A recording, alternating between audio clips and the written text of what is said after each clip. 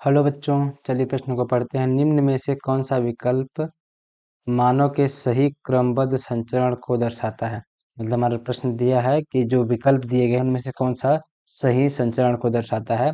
चलिए देखते हैं प्रश्न की मुख्य अवधारणा क्या हो जाएगी। मुख्य अवधारणा क्या होगी कि रक्त संचरण।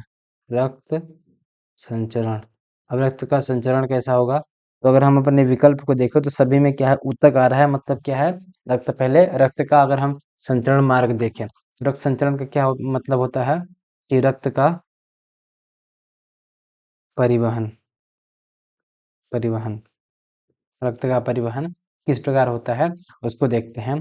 तो अगर हम कहाँ से देखते हैं, अगर हमारा रक्त क्या होगा, शरीर से सही भागों से कहाँ आएगा, दायां आलिंद में। अगर रक्त कहाँ आया, दायां आलिंद। दाएं आलिंद से रक्त कहाँ जाता है हमारा, दाएं नीले में। दाएं नीले में।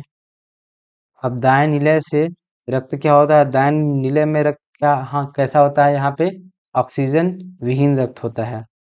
ऑक्सीजन विहीन क्या होता है, रक्त होता है। अब ये ऑक्सीजन विहीन रक्त कहाँ जाएगा, ये जो रक्त जाएगा अपने फेफड़ों में। फेफड़ों में रक्त जाएगा और फेफड़ों में जाने के बाद क्या हो जाएगा, यह ऑक्सीजन युक्त रक्त हो जाएगा।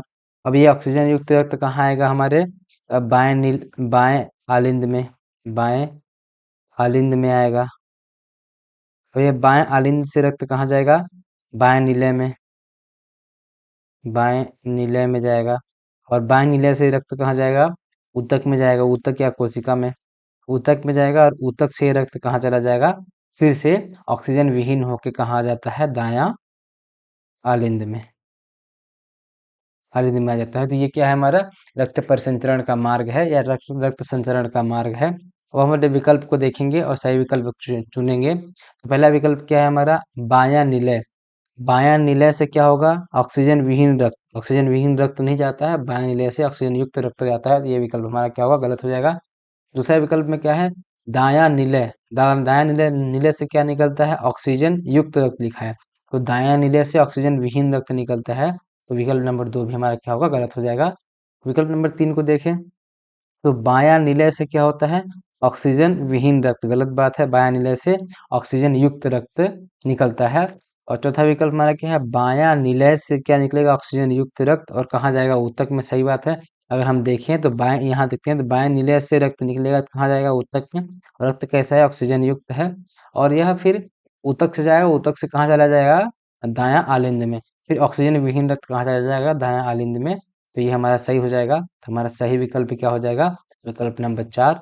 आशा करते हैं आपको दिए गए प्रश्न का उत्तर समझ आया होगा। धन्यवाद।